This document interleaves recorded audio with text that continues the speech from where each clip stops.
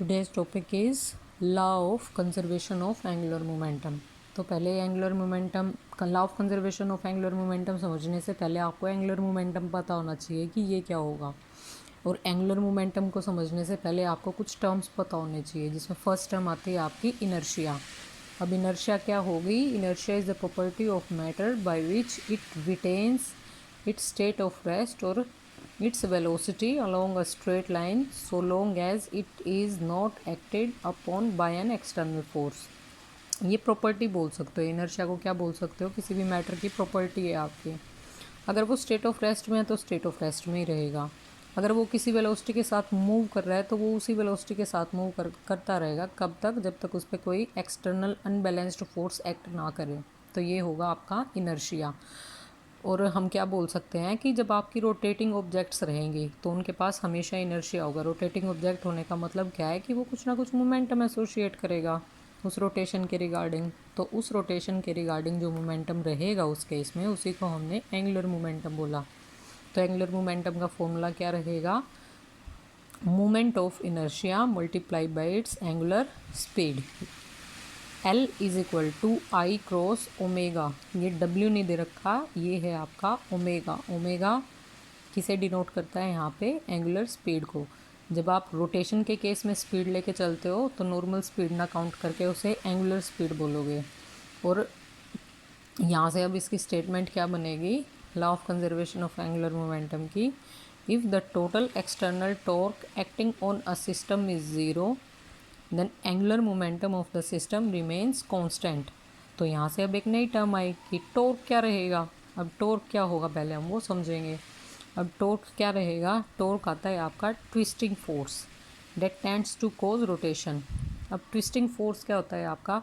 सबने ये एक लीवर बना रखा है, मैंने देखो ये लीवर बना रखा है। इसका काम क्या है? ये जो लीवर रहेगा आपका, ये किसी नट बोल्ट को टाइट या फिर लूज़ करने के लिए यूज़ होता है आपका। इसे कैसे लगाओगे? ये कोई नट बोल्ट लगा रखा है, इसका ये फ्री हैंड रहेगा जहाँ से आप फोर्स अप्लाई करते हो। पहले आपने इसे पकड़ा और इस नट बोल्ट के ऊपर लगाया। जब आप इसे नट बोल्ट के ऊपर लगाते हो तो आपको यहाँ मूवमेंट देना पड़ा उसका, इस वाली डायरेक्शन में मूवमेंट देना पड़ा आपको। ठीक है, तो ये आप मूवमेंट दे रहे हो उसको, अभी फोर्स अप्लाई नहीं किया है आपने। जब आपने मूवमेंट दिया इसे इस डायरेक्शन में और फिर आपने फोर्स अप्लाई किया डाउनवर्ड डायरेक्शन में, ये देखो फोर्स अप्लाई कर रहे हो आप इस डायरेक्शन में और इस एंड पे।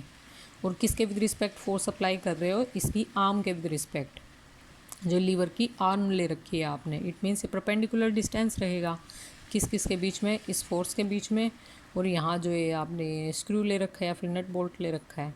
तो यहाँ से टॉर्क क्या रहेगा? नॉर्मली ये डायरेक्शन थी, यहाँ आप इसे अभी ट्विस्टिंग फोर्स नहीं बोल सकते थे। जब आपने इसे इसके ऊपर लगाया और इसे डाउनवर्ड डायरेक्शन में डाला तो यहाँ से ये फोर्स किसकी इक्वल आ जाएगा? ये एक ट्विस्टिंग फोर्स के इक्वल आ जाएगा। उसे रोटेट करवाने में हेल्प कर रहा है ये। ठीक है, यहाँ से इसकी रोटेशन रहेगी। पहले ये नॉर्मल स्टेट में था, फिर आपने लीवर को लगाया और इसे रोटेट करवाया। जब आपने ऐसे किया तो ये इसकी मूवमेंट बनेगी, और जब आपने इसे डाउनवर्ड डायरेक्शन में फोर्स अप्लाई किया तो ये इसका टॉर्क बनेगा। तो ये था आपका law of conservation of angular momentum.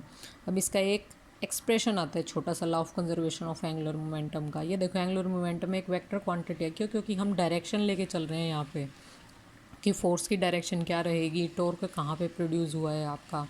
ठीक है, तो अब इसका एक डेरिवेशन आएगी, वो क्या रहेगा? देखो टॉर्क को रिप्रेजेंट करते हैं हम इससे, ये टो बना रखा है। ठीक है, ये टॉर्क की रिप्रेजेंटेशन के लिए है। तो टॉर्क क्या रहेगा यहाँ पे? चेंज इन एंगुलर मोमेंटम या फिर rate of change of angular momentum. जहाँ भी ये d/dt आ जाएगा वो रहेगा आपका रेट ऑफ चेंज, कि टाइम के साथ कोई भी क्वांटिटी आपकी चेंज होके चल रही है। तो ये क्या था? Rate of change of angular momentum, जो किसके इक्वल रहेगा? टॉर्क के इक्वल रहेगा। इसे याद कर लेना, इस एक्सप्रेशन को हमेशा यूज़ होगा फिजिक्स में जहाँ भी आप रोटेशन का चैप्टर पढ़ोगे। तो टॉर्क की वैल्यू क्या आ जाएगी? dL/dt आ जाएगी। और हम law of conservation of angular momentum में क्या लेके चल रहे हैं? कि टॉर्क तो हमने ज़ीरो लिया है, कोई भी एक्सटर्नल फोर्सेस पे अप्लाई नहीं किया हमने, तो dl/dt किसके इक्वल आ जाएगा, ज़ीरो के इक्वल आ जाएगा। और जब आप डेरिवेटिव्स पढ़ोगे, लिमिट एंड डेरिवेटिव्स आते हैं, अगर किसी कांस्टेंट का डेरिवेटिव आप लेके चल रहे हो तो वो हमेशा ज़ीरो के इक्वल रहेगा। तो कांस्टेंट का डेरिवेटिव अगर हमने लिया तो वो ज़ीरो के इक्वल आ रहा है, इट मीन्स एल की वैल्यू कांस्टेंट रहेगी। आ गया हमारा यहाँ से यहाँ law of conservation of angular momentum explain हो चुका है। अब नेक्स्ट लॉ आता है आपका law of conservation of charge. आपको सबको पता है charges are neither created nor destroyed but are simply transferred from one body to another. जब आप इलेक्ट्रोस्टैटिक पढ़ोगे तो पढ़ोगे कि चार्जेस कैसे ट्रांसफ़र होते हैं। अब चार्जेस का इनका मतलब क्या है, हम अब इलेक्ट्रॉन्स की टर्म में इसे एक्सप्लेन करेंगे। इलेक्ट्रॉन्स की टर्म में कैसे एक्सप्लेन करेंगे अब आगे देखते हैं। सबको पता है मैटर किससे बना हुआ है, matter is made of atoms and atoms are made of electrons and protons. Neutron से भी मिलकर बना हुआ है, बट हमें चार्जेस के बारे में बताना है तो हम इलेक्ट्रॉन और प्रोटॉन को ही कंसीडर करके चलेंगे। अगर number of electron number of protons के इक्वल है तो कोई भी चार्ज नहीं रहेगा उस ऑब्जेक्ट के ऊपर, तो ये इलेक्ट्रिकली बैलेंस्ड रहेगा। ठीक है, अगर इलेक्ट्रिकली इम्बैलेंस रखना है तो हमें क्या करना पड़ेगा, या तो नंबर ऑफ़ इलेक्ट्रॉन्स ज़्यादा रहेंगे या फिर नंबर ऑफ़ इलेक्ट्रॉन्स कम रहेंगे। फर्स्ट केस लेके चलते हैं, when the number of electrons are greater than number of protons, तो ऑब्जेक्ट के ऊपर क्या रहेगा, नेगेटिव चार्ज रहेगा। और वो कैसे, क्योंकि इलेक्ट्रॉन के ऊपर नेगेटिव चार्ज रहेगा, नंबर ऑफ़ इलेक्ट्रॉन्स भी ज़्यादा हैं तो ऑब्जेक्ट के ऊपर चार्ज भी नेगेटिव ही ज़्यादा रहेगा, तो ऑब्जेक्ट का ओवरऑल चार्ज क्या रह जाएगा, नेगेटिव। अगर नंबर ऑफ़ इलेक्ट्रॉन्स आपके कम ले रखे हैं as compare to protons, it means proton आपका कैसा रहेगा, पॉजिटिव चार्ज रहेगा। पॉजिटिव चार्ज यहाँ ज़्यादा है नेगेटिव चार्ज के कंपैरिजन में, so object is negatively charged.